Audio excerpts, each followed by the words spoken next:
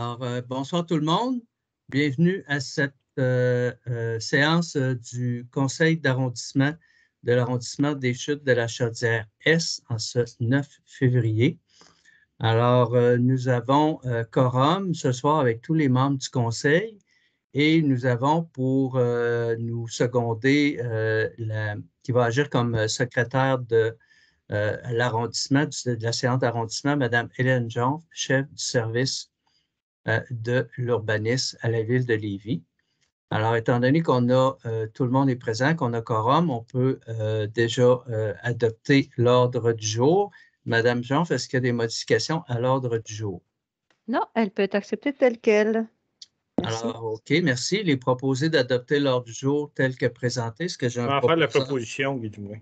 Je vais l'appuyer, Brigitte Duchesneau. Alors, proposé par Guy Dumoulin, secondé par Brigitte Duchesneau.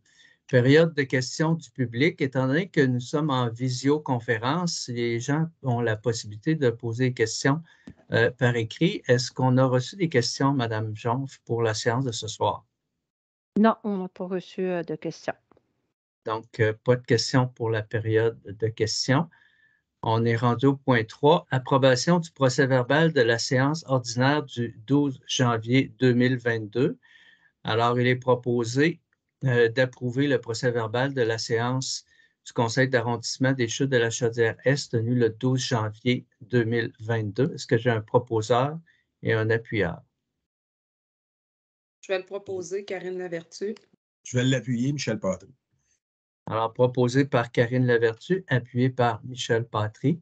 Merci. Point 3, point 1, c'est le dépôt du rapport de la consultation écrite, étant donné qu'on a des demandes de dérogation mineure et d'usage conditionnel. Il y a une consultation écrite qui est faite auprès des citoyens, étant donné qu'on est en visioconférence. Alors, je vais laisser Mme Jonf nous faire la lecture qui doit être faite pour le dépôt du rapport de la consultation écrite.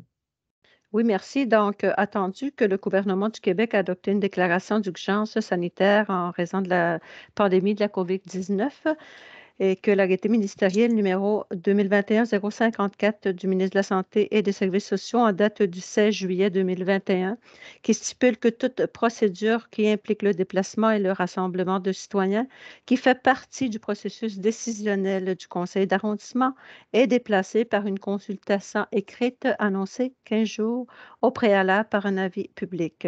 Donc, attendu également que la Ville entend mettre en œuvre toute mesure raisonnable sur son territoire qui pourrait contribuer à contrer le coronavirus, notamment en évitant le déplacement, le rassemblement de citoyens, qui fait partie du processus décisionnel de ce Conseil, afin de remplacer cette procédure par une consultation écrite annoncée 15 jours préalable par un avis public. Donc, il y a eu consultation écrite à l'égard de demandes qu'on va traiter ce soir dans dérogation mineure et usage conditionnel.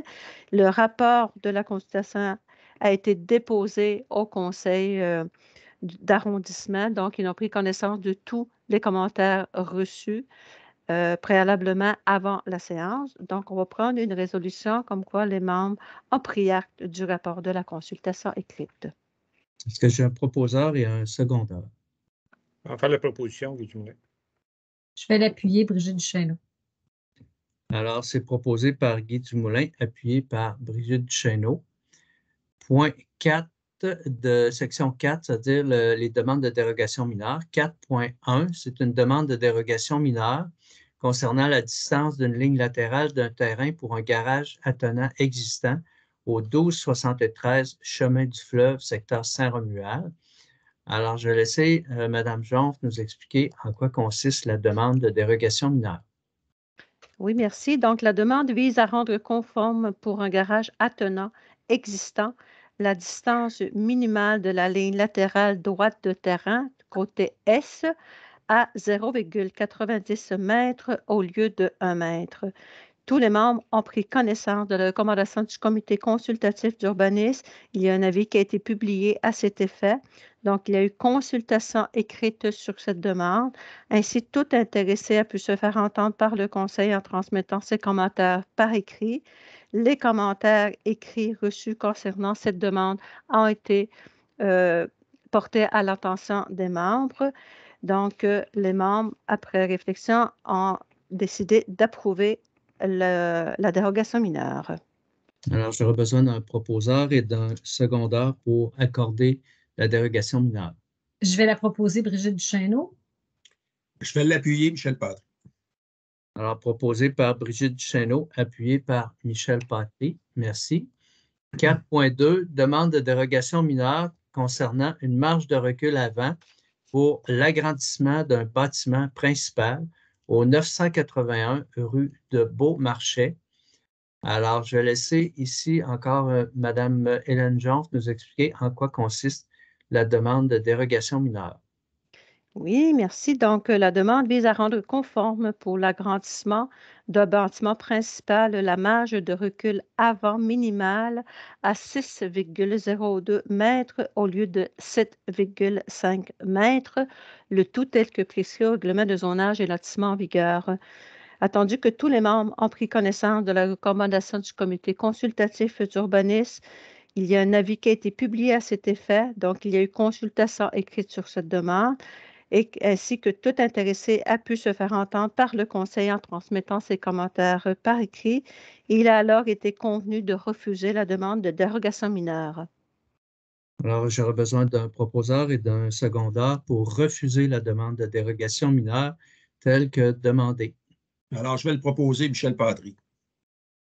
Appuyé. Et Dumoulin, votre micro, M. Dumoulin, mais j'ai compris Je que... seconder. OK, donc proposé par Michel Patry, secondé par Guy Dumoulin.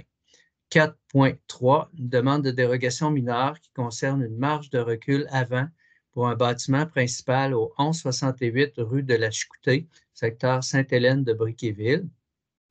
Alors, je vais laisser Mme Jonf nous expliquer en quoi consiste la demande de dérogation mineure. Oui, donc la demande vise à rendre conforme pour la construction d'un bâtiment principal la marge de recul avant minimale à 6 mètres au lieu de 6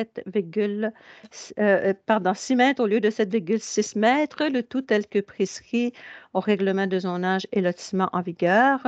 Donc, attendu que les membres ont pris connaissance de la recommandation du comité consultatif d'urbanisme, qu'il y a un avis qui a été publié à cet effet. Donc, il y a eu consultation écrite sur cette demande. Ainsi, tout intéressé a pu se faire entendre en transmettant ses commentaires par écrit au conseil. Il a alors été convenu d'accorder la dérogation mineure. Alors, est-ce que j'ai un proposeur et un secondeur pour accorder la dérogation mineure? Je vais le proposer, Karine Lavertu. Je vais l'appuyer, Brigitte Duchesneau. Secondé par, proposé par Karine Lavertu, appuyé par Brigitte Duchesneau. C'est bien ça? OK. Alors, section 5, demande d'autorisation d'un usage conditionnel. Alors, 5.1, c'est une demande pour un logement additionnel au rez-de-chaussée de l'habitation bifamiliale isolée, 2373 Chemin du Sceau, secteur Saint-Romuald. Alors, après discussion, les membres ont convenu d'accorder la demande d'autorisation pour l'aménagement d'un logement additionnel au rez-de-chaussée de l'habitation bifamiliale selon les documents fournis. Alors, est-ce que j'ai un proposeur et un appuyeur? J'en fais la proposition, Brigitte Duchesneau. Appuyé par? Je vais l'appuyer, Karine Karine. Lavertu. Par Karine Lavertu. Alors, proposé par Brigitte Duchesneau, appuyé par Mme Karine Lavertu. 6.1, on est dans la section des PIA, plans d'implantation et d'intégration architecturaux.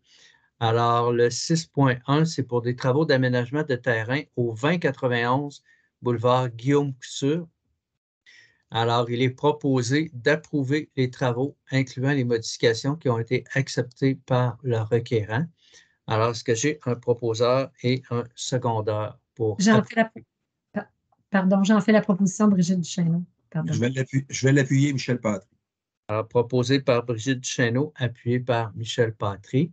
6.2, c'est des travaux d'installation d'une enseigne appliquée au 385 avenue Taniata, secteur Saint-Romuald pour l'entreprise Léopold Bouchard. Alors, il est proposé d'approuver les travaux avec certaines modifications qui ont été acceptées par le requérant. Alors, est-ce que j'ai un proposeur et un appuyeur? J'en fais la proposition, Brigitte Duchesneau. Secondé par Guy Dumoulin. Je vais l'appuyer, Guy Dumoulin. Oui. Monsieur Dumoulin. Alors, proposé par Brigitte Duchesneau, appuyé par Guy Dumoulin. On est dans la section des plans d'intégration et d'implantation architecturale volet patrimonial maintenant. Alors, 7.1, c'est pour des travaux d'agrandissement au 30 rue du Juvénat, pour le Juvénat.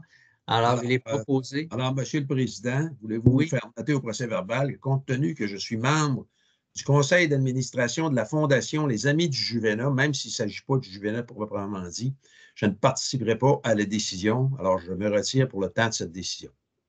Alors, Mme Jean, c'est noté au procès-verbal. Oui, merci. Monsieur Patry, vous n'êtes pas obligé de vous retirer de la rencontre, mais on non, je ne me retirerai pas, elle est publique, alors je ne participe pas à la décision. On a noté votre retrait de la décision. Alors, est-ce que j'ai un proposeur et un secondeur pour approuver les travaux? Je vais la proposer, Brigitte Duchesneau. Je vais l'appuyer, Karine Lavertu. Alors, proposé par Brigitte Duchesneau, appuyé par Karine Lavertu. 7.2, c'est des travaux de rénovation au 117 rue de Saint-Romuald, à Saint-Romuald. Alors, il est proposé d'approuver les travaux, incluant les modifications qui ont été acceptées par le requérant. Alors, est-ce que j'ai un proposeur et un appuyeur? J'en fais la proposition, Brigitte Duchesneau. Je vais l'appuyer, Michel Patry. Alors, proposé par Brigitte Duchesneau, appuyé par Michel Patry. Affaires nouvelles, attendez un petit peu. 8.1, aucune restriction à la délivrance de permis. 9.1, affaires nouvelles, aucune affaire nouvelle. 10, période d'intervention des membres du conseil. Est-ce qu'il y a des membres qui souhaitent intervenir? Ça va, M. le Président.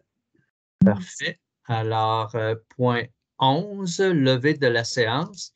Est-ce que j'ai un proposeur et un appuyeur pour lever la séance?